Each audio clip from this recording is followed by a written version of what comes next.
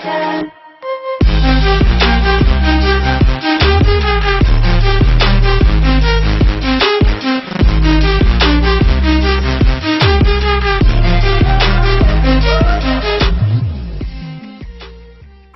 Hello everyone, Slow9 here, welcome.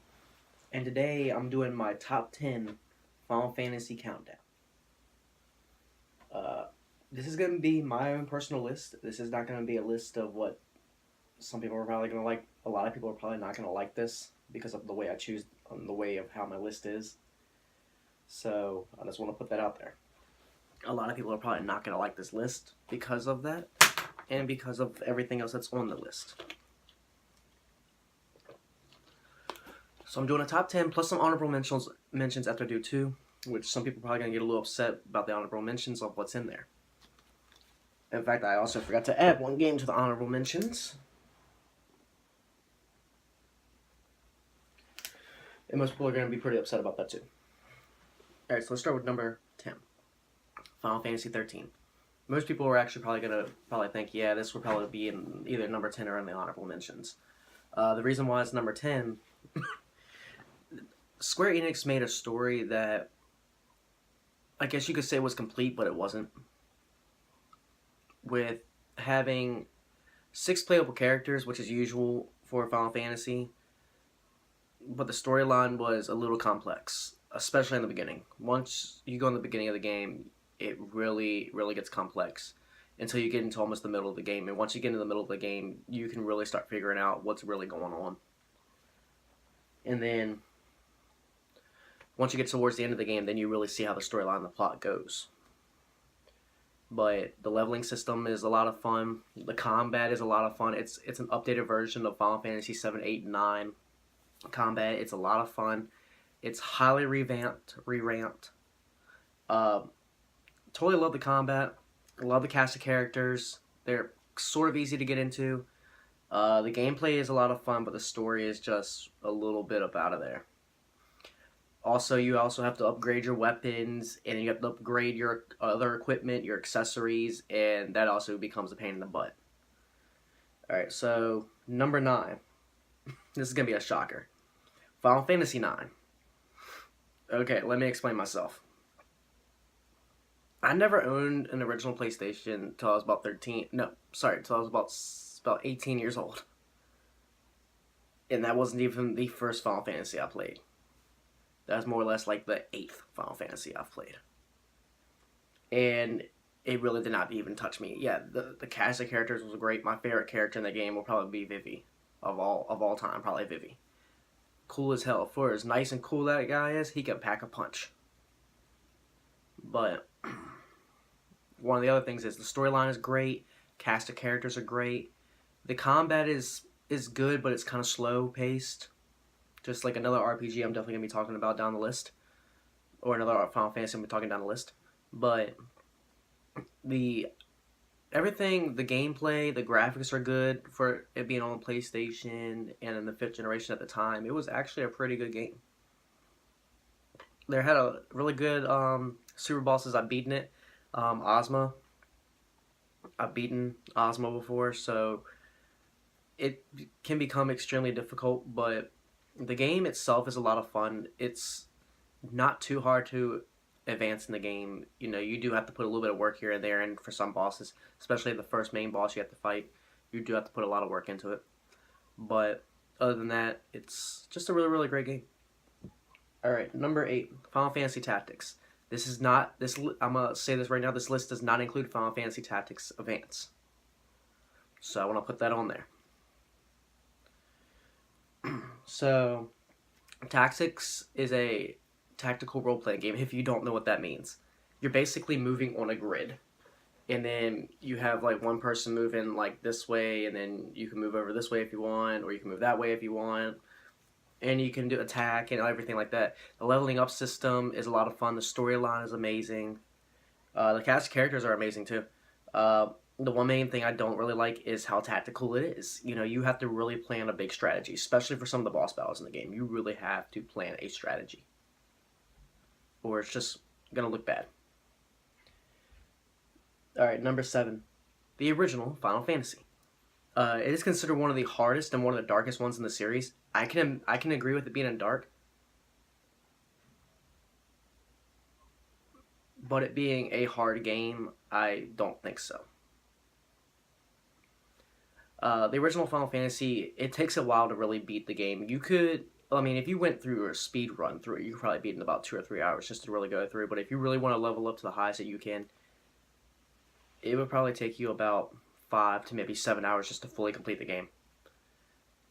Uh, the combat's great. The storyline is actually really good for a Final Fantasy that's down the list.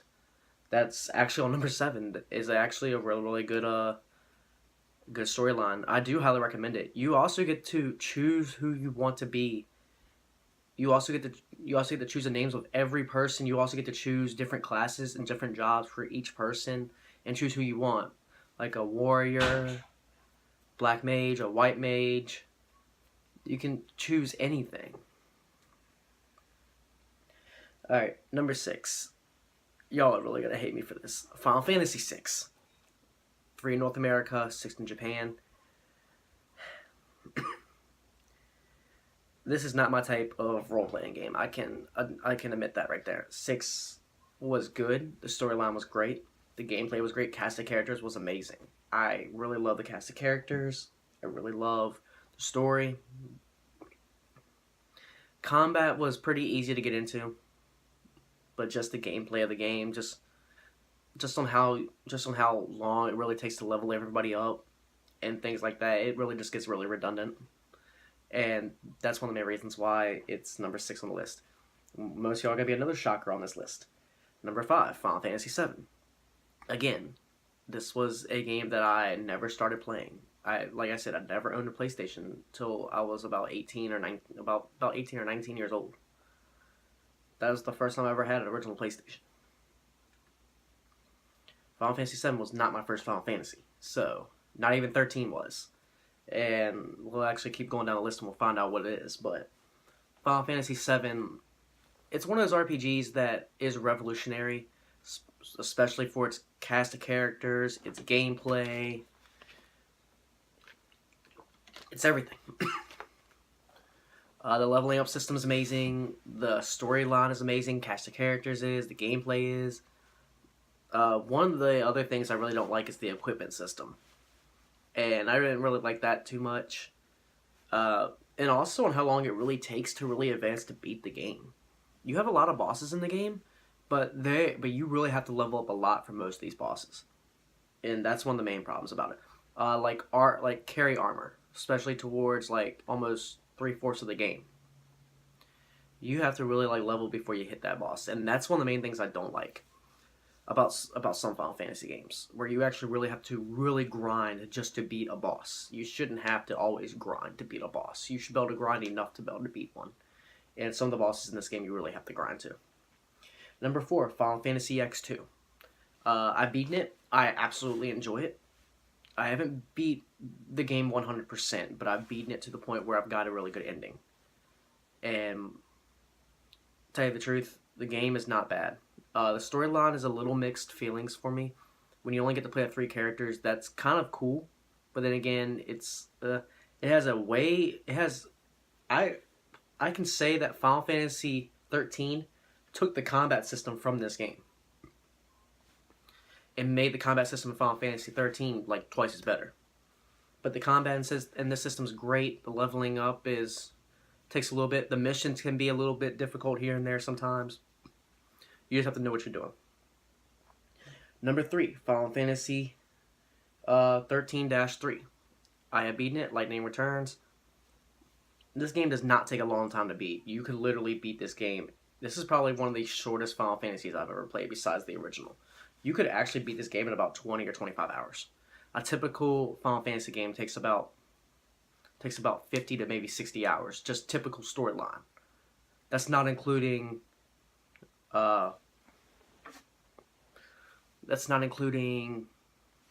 actual like super bosses or advancement in the game.